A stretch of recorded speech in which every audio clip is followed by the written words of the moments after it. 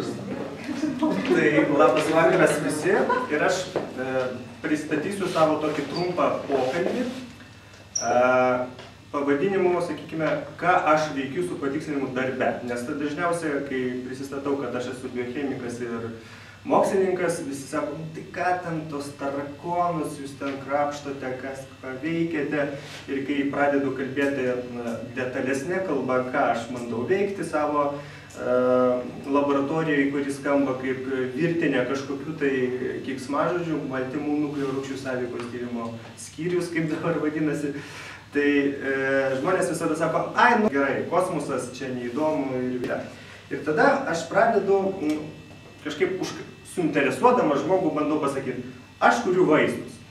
Vaistai, sveiki, gerbuvis, čia jau įdomu pasidaro iš tikrųjų ir tada pradedu pasakot, kokius vaistus ten, ar nuo vėžio, ar nuo živ, kaip buvo paminėta.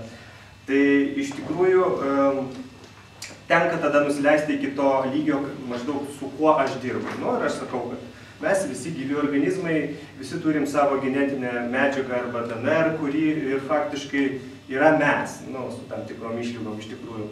Tai ką mes tyrinėjom, tai tokius fermentus, restrikcijos endonukleazės, vėlgi keiksmažodžiai du, kurios galima pavadinti buitiškai, tai yra molekulinės žirklutės. Yra ta mūsų ilga molekulė DNR su daug GATC raidelių, kurios koduoja mūsų pačius iš principo. Ir tomis specifinėmis, tai yra savitosiomis tom molekuliniam žirklutėm mes galim kirpti ten, kur mes norim tą genetinę medžiagą. Kas iš to nauda? Mes ją galim sukarpyti, tai gali būti tyrimams naudojamas variantas. Kitas dalykas yra, mes galim paimti žmogaus, tarkim, blogą geną, jį iškirpti, pagaminti naują gerą geną, įstatyti ir išgydyti žmogų nuo kažkokios ligos.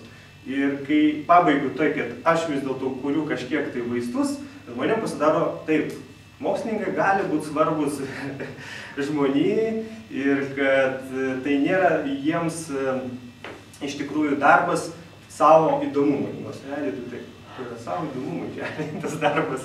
Ir jeigu iš to dar išseka kažkokia nauda ir kitiems, tai yra faktiškai idealiausias atvejis pasirenkant profesiją bent jau man.